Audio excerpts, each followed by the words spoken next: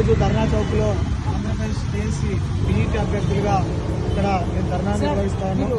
రాష్ట్రంలో mega DSC ఇచ్చినందుకు ధన్యవాదాలు తెలియజేస్తూ, అయితే ఫిజికల్ ఎడ్యుకేషన్ సంబంధించి మేము గతంలో ప్రభుత్వాన్ని పలుమార్లు రిప్రజెంటేషన్లు ఇచ్చాం, ధర్నాలు కూడా చేయడం జరిగింది. 100 మార్కులకు థియరీ ఎగ్జామ్ పెడితే ఫిజికల్ ఎడ్యుకేషన్ ట్రైనింగ్ చేయని వాళ్ళు సర్టిఫికేట్లు తీసుకొని వచ్చి ఎగ్జామ్ రాస్తా ఉన్నారు. దానివల్ల వాళ్ళు వ్యాయామ ఉపాధ్యాయులుగా స్కూళ్ళకి వెళ్తే విద్యార్థులు నష్టపోతారని చెప్పి రాష్ట్ర ప్రభుత్వానికి పలుమార్లు రిక్వెస్ట్ చేసుకోవడం జరిగింది. అయితే ఇప్పటికి కూడా దాని మీద పూర్తి స్పందన రాలేదు. నేను గతంలో 2018 డిఎస్సిలో ఎగ్జామ్ అయిపోయిన తర్వాత ఫిజికల్ ఈవెంట్స్ నిర్వహించి ఆ తర్వాత రిజల్ట్ ఇవ్వడం జరిగింది. అదేవిధంగా ఇప్పుడు కూడా డిఎస్సి ఎగ్జామ్ అయిపోయిన తర్వాత ఫిజికల్ ఎక్సలెన్స్ టెస్ట్ పెట్టి దాంతో కూడినటువంటి రిజల్ట్ని ఇవ్వాలని చెప్పి ఆంధ్రప్రదేశ్ వ్యాయామ పోరాట సమితిగా రిక్వెస్ట్ చేస్తా ఉన్నాం.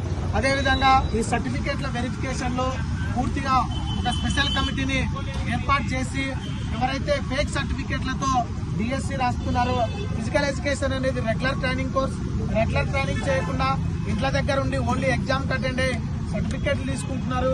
వాళ్ళందరూ సర్టిఫికేట్లని గుర్తింపుల్ని రద్దు చేయాలని, అదేవిధంగా ఈ 1:3లో పిలవాలని. ఎందుకంటే 1:1 పిలిచిన తర్వాత ఫేక్ సర్టిఫికేట్లు వాళ్ళు పక్కకి వెళ్ళిపోయిన తర్వాత మిగతా వాళ్ళందరూ ఇబ్బంది పడతారు. కాబట్టి 1:3లో పిలవాలని చెప్పి మేము ఆంధ్రప్రదేశ్ వ్యాయామ పోరాట సమితిగా డిమాండ్ చేస్తూ ఉన్నాం. ఈరోజు విద్యా వ్యవస్థ చూస్తూ ఉన్నాం. ఒక దేశం సర్వనాశనం కావడానికి ఆ దేశంలో అణుబాంబులు వేయనక్కర్లేదు, ఉగ్రవాదులు తయారైనక్కర్లేదు. అక్కడ ఉన్నటువంటి విద్యా వ్యవస్థని దెబ్బతీస్తే ఆ దేశం పూర్తిగా నాశనం అవుతుందని ప్రతి ఒక్కరు మేధావులకు తెలుసు, చెప్తా ఉన్నారు.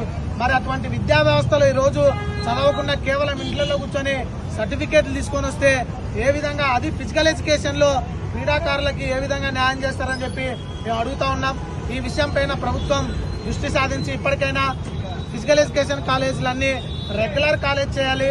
లేదంటే ఏ విధంగా అయితే డైట్ కాలేజీలు మొత్తం అన్ని తీసేసి కేవలం ప్రభుత్వం డైట్ కాలేజీని ఏ విధంగా నిర్వహిస్తుందో అదే విధంగా కేవలం ప్రభుత్వం మాత్రమే ఫిజికల్ ఎడ్యుకేషన్ కాలేజీలు నిర్వహించే విధంగా చర్యలు తీసుకోవాలని చెప్పి ఆంధ్రప్రదేశ్ వ్యాయామ పోరాట సమితిగా డిమాండ్ చేస్తాం.